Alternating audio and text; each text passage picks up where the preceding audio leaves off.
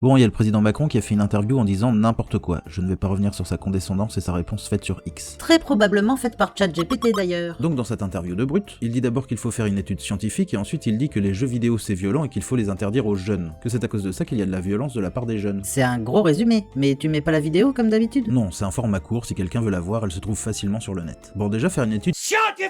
Ok, pourquoi pas, mais là les idées sont déjà bien arrêtées, et si on part comme ça, comme on a pu le voir avec les études qu'il a demandé à McKinsey, c'est mal barré pour qu'on ait un point de vue neutre sur le sujet.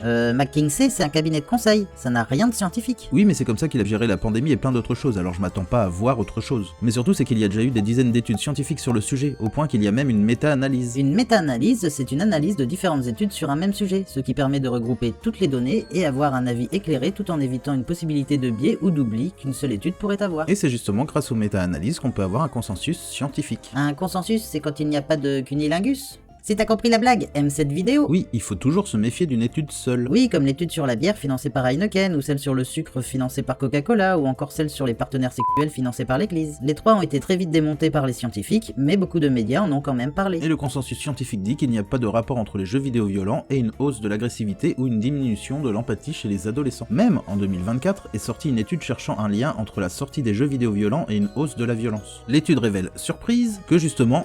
Non. Mais en plus, il y aurait plutôt le contraire, qu'il y a moins de violence à ce moment-là. Attention quand même, les auteurs disent qu'il faut prendre ce dernier résultat avec des pincettes. Bah oui, une seule étude ne peut faire consensus. Mais d'un point de vue personnel, au collège, j'avais la pire prof que j'ai jamais eue. Madame Dupont, salle 202. Non mais comment tu balances? Faut pas faire ça? Non mais elle est à la retraite depuis un moment, donc ça va, elle risque rien. Bon, quand j'avais cette prof qui me faisait péter des câbles, quand je rentrais de l'école, je jouais à Street Fighter 2. Ça me défoulait à mort, et là je pouvais aller faire mes devoirs tout zen. Après, je peux comprendre le biais qu'on peut avoir si on joue aux jeux vidéo depuis tout petit. Personnellement, enfant, ça m'arrivait de devenir fou sur des jeux. Puis en grandissant, je me suis calmé. Forcément, je me suis dit que c'était parce que je devenais plus mature. Puis une année, j'ai ressorti mes vieilles consoles. J'ai remarqué qu'en fait, la maturité, c'est de la connerie. J'ai re-ragé comme à l'époque. Bah oui, à l'époque, les jeux, c'était pas du tout équilibré. C'était fait pour que tu perdes, car c'était pensé comme des jeux d'arcade. Dont le but c'était de te faire remettre des pièces dans la borne. Et ceux qui me rendaient le plus fou, c'était pas forcément les plus violents, juste ceux mal équilibrés. Tu vas pour jouer pour t'amuser, et tout ce que tu as, c'est de la difficulté de malade et des morts injustes à répétition. Les jeux actuels sont largement plus équilibrés. Ok, mais y a pas que les vieux joueurs de jeux vidéo qui pensent ça. Et ça, c'est pour la seconde partie qui arrive lundi.